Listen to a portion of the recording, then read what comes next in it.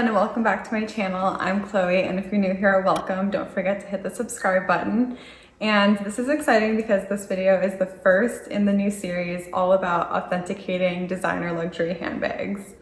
Okay, so just a little overview on the new series before we get into it.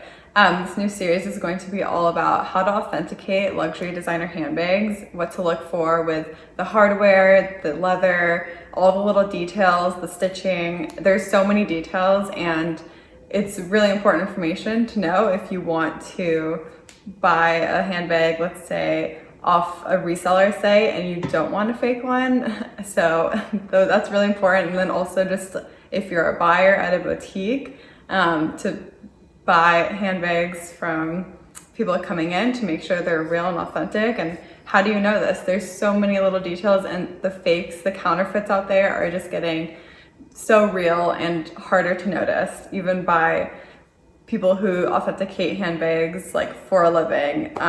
They're just getting harder and harder. So we're just gonna go over how to authenticate these handbags and a little bit of a history as well on the designer, just the brand. It's super interesting, and I think that's always just good to know with what you're carrying on your shoulder. So let's get right into it.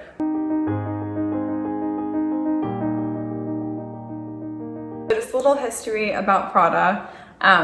Prada was founded in 1913 in Milan, Italy by brothers Mario Prada and Martino Prada.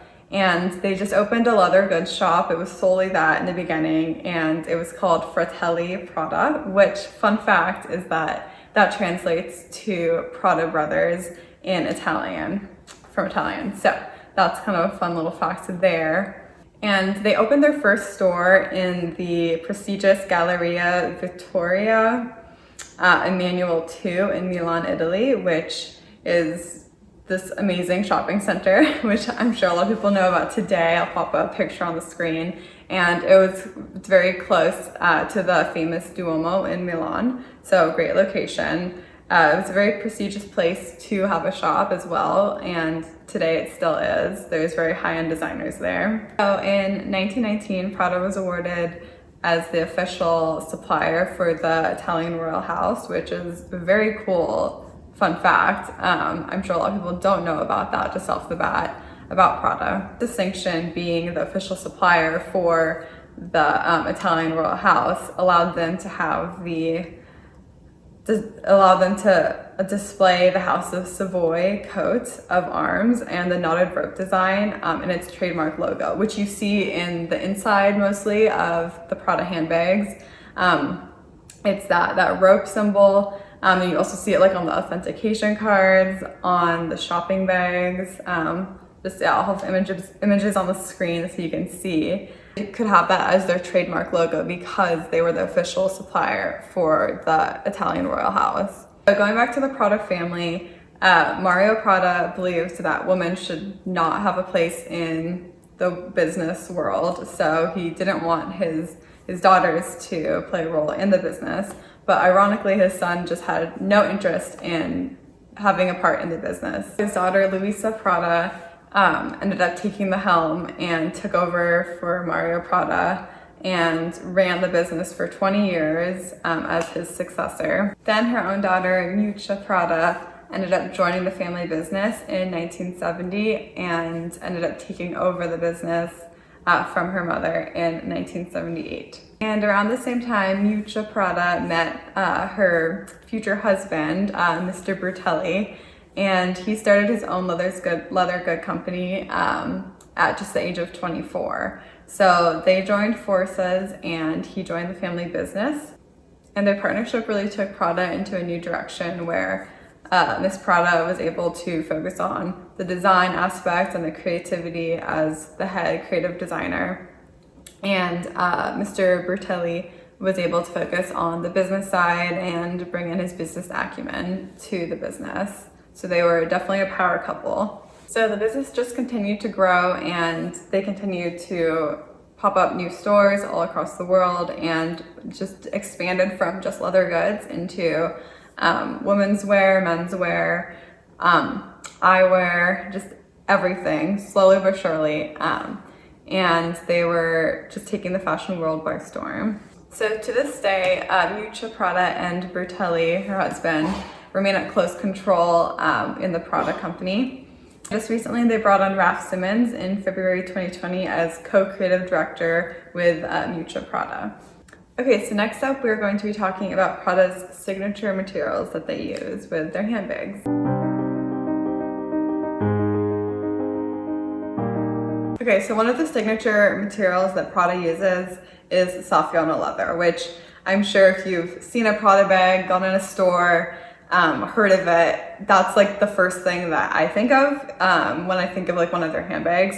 It's on a majority of their handbags, and it's just this really nice durable leather, and it has this like cross hatch pattern on it, and I think it's just one of their signatures and also a timeless piece because I just see it really withstanding the test of time, where it looks great, it holds up really well. So if you want to get like an invested piece of like a leather good or a handbag, I would definitely go with a Prada item that does have the Saffiano leather because it will hold up longer and look newer longer as long as you take care of it.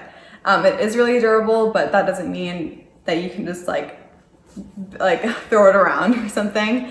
So definitely, take care of it still, and make sure the leather, like clean it how you should with the directions. But otherwise it's pretty durable. It's supposed to be pretty water resistant, not waterproof. So don't put it in a bathtub, but it's definitely more water resistant than normal soft leather.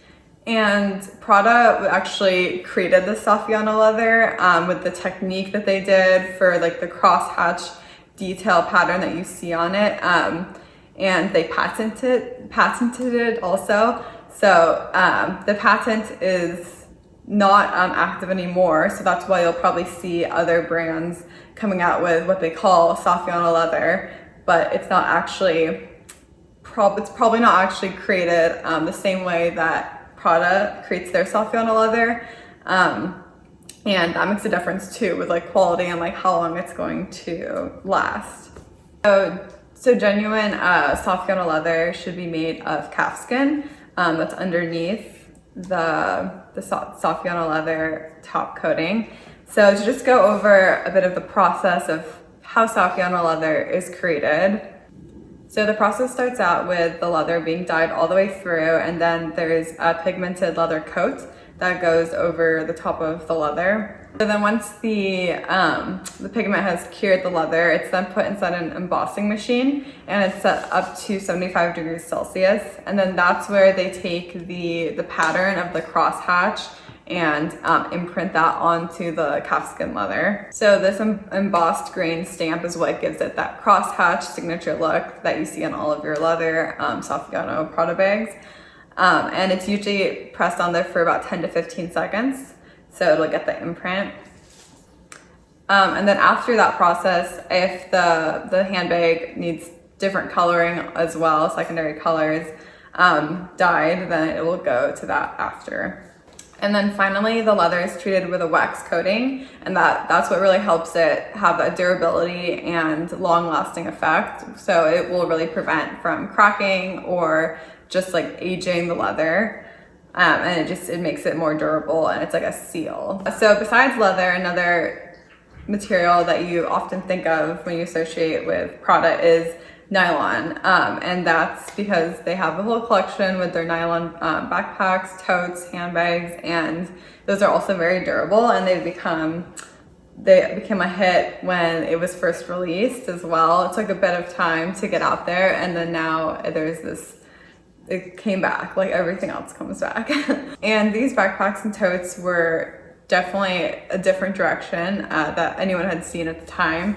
They were made out of heavy-duty military spec black nylon, and she used this because this was originally used from her grandfather as coverings for the steamer trunks in his business when he first started out, and he was selling steamers and trunks. So that's like a fun fact that she used that. It was a material that people didn't really associate with like luxury, but then they added different little highlights with like leather and some hardware pieces. So in the beginning, when these first were released, they were not an instant success at all.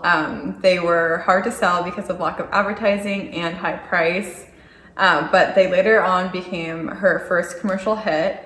And I'm sure a lot of you know about the nylon bags and backpacks that Prada has. They recently did a re-edition of the Prada nylon backpack, and they've come out with multiple different lines of handbags using the nylon material. And it's a great just like everyday type of purse or backpack or tote bag because it's heavy duty, it's easy to clean, it's very durable, and I've seen the price go up in the resale market as well because they're just very, very popular right now. So next up, we'll be talking about how to authenticate a Prada handbag and what makes them unique versus some other ones.